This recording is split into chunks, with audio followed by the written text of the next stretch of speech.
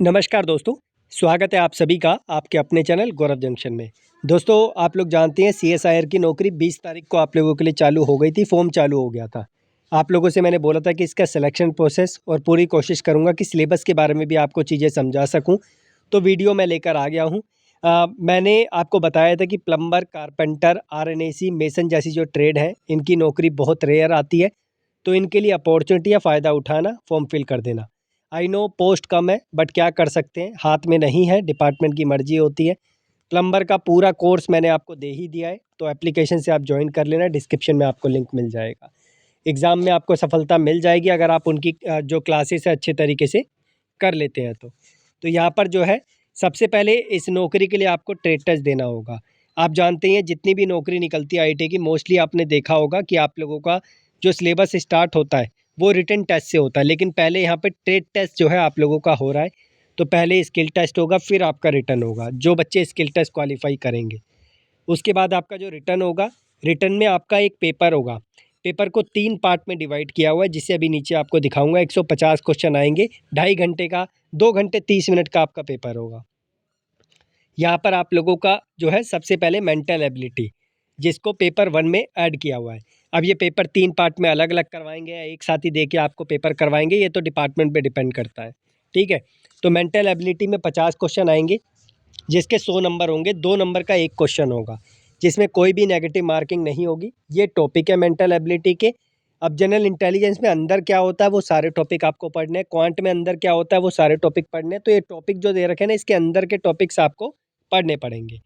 उसके बाद general awareness आप लोगों को पढ़ने पड़ेगी। 25 क्वेश्चन है जनरल अवेयरनेस के, जिसमें 75 नंबर का यहाँ पर क्राइटेरिया है। 3 नंबर का एक क्वेश्चन है, इसमें नेगेटिव मार्किंग भी है आप लोगों की।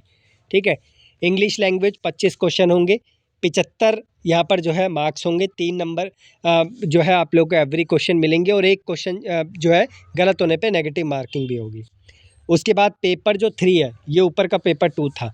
पेपर 3 जो है ये आप लोगों का 50 क्वेश्चन का, जिसमें सारा का सारा आप लोगों का जो टेक्निकल पार्ट होगा, प्लम्बर का या कारपेंटर का या फिर मेसन का या फिर आरएनएसी का, वो आपको देना पड़ेगा। और यहाँ पर जो है मैक्सिमम 150 नंबर है, 3 नंबर एक क्वेश्चन के मिलेंगे, और एक नेगेटिव मार्किंग का भी क्राइटेरिया रखा है। यहाँ पर अब ये जो मोस्ट इंपॉर्टेंट चीज़ थी जिससे कन्फ्यूज़न हो रही थी, वो आपको मैं क्लियर कर देता हूँ। यहाँ पर देखो, the paper 2 and paper 3 will be evaluated only for those candidate जो पेपर 1 में पास होते हैं। अगर आप पेपर 1 में पास नहीं होते हैं तो आपका पेपर 2 और 3 इवेल्युएट नहीं किया जाएगा। और जो फाइनल मेरिट लिस्ट आप लोगों की बनेगी on the basis of the marks obtained by the candidate in paper 2 और पेपर 3। यानी कि ये जो पेपर दे रखा है, ये पेपर 3 और ये पेपर 2, यानी इसके बेसिस पे आप लोगों की जो है यहाँ पर मेरिट बनेगी, और इसी के बेसिस पे आपका सिलेक्शन होगा। ये चीज़ इन्होंने जो है नोटिफिकेशन में मेंशन करके दे रखी है। जो बच्चा स्टेज 1 यानी स्किल टेस्ट नहीं क्लियर कर पाएगा, वो रिटर्न नहीं दे पाएगा। और जो बच्चा रिटर्न दे देता है, पेपर 1 क्लियर नहीं कर पाएगा, वो पेपर 2 और पेपर 3 खो देगा, और उसका जो है यहाँ पर आगे का जो मेरिट बनेगी उसमें वो फॉल नहीं कर पाएगा, उसका पेपर ही नहीं चेक होगा। तो ये कुछ चीज़ें थी जो मुझे बतानी थी, आप लोग कंफ्यूज हो रहे थे इस चीज़ को लेकर, तो सोचा एक बार क्लैरिटी अच्छे तरीके से दे दूं। और फॉर्म के लिए मैंने आपको बता ही दिया है किस तरीके से चीज़ों को फॉलो करके चलना है। फॉर्म की वीडियो हालांकि मैंने नहीं बनाई है, लेकिन मैंने कोर्स आपको प्लम्बर का दे दिया है। आप लोग प्लीज़ रेफ़र कर लेना, सो दैट आप लोगों को सफलता मिल जाए। हिंदी इंग्लिश दोनों लैंग्वेज में जितना हो सकता था उतनी चीज़ें टीचर से आप लोगों को क्रिएट करवा के मैंने दे दी है। धन्यवाद।